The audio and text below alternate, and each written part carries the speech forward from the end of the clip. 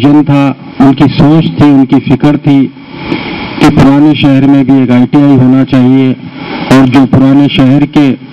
वो जवान बच्चे हैं जो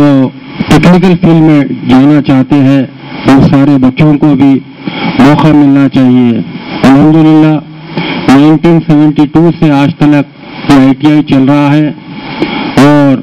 जो मौजूदा प्रिंसिपल है और जो डायरेक्टर है इस डिपार्टमेंट के, ये लोग पिछले 1 साल पहले दारुसलाम को आए थे। हमारे पार्टी प्रेसिडेंट जनाब असदुद्दीन ओवैसी साहब से मुलाकात की, मेयर से मुलाकात की और कहे कि BDL वाले इस ITI को एडॉप्ट करना चाह रहे हैं और अश्योरेंस चाह रहे हैं लोकल MP और लोकल MLA का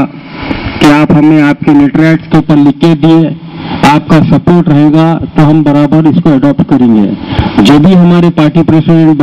जनाब असदुद्दीन ओवैसी साहब इमीडिएटली लेटर उन्होंने भी दिया, मैं भी दिया और ये उम्मीद जीता है BDL कंपनी को आप जितना डेवलपमेंट कर सकते हैं, आप जो एडॉप्ट कर डेवलप करना चाहते हैं ITI को आप बराबर करिए। हमारी पार्टी की तरफ से और हमारी तरफ से 100% आपको सपोर्ट रहेगी। मजलिस इत्तेहाद अल मुस्लिमीन शुरू से यही चाहती है पुराने शहर में तरक्की हो, पुराने शहर में डेवलपमेंट आए, पुराने शहर के अंदर हमारे बच्चे एजुकेशन में आगे रहे, टेक्निकल फील्ड में आगे रहे और कई डिपार्टमेंट जो भी गवर्नमेंट की स्कीमात है, जो भी गवर्नमेंट के प्रोग्राम्स है, हर चीज में मजलिस इत्तेहाद अल मुस्लिमीन यहाँ की ओल्ड सिटी के लोग को आगे बढ़ाती है और हिस्सा लेने की बराबर उम्मीद दिलाते हैं और कहते हैं आप बराबर हिस्सा लीजिए, आपका डेवलपमेंट आएगा। मैं फिर एक बार हमारे होम मिनिस्टर साहब से शुक्रिया अदा करता हूँ।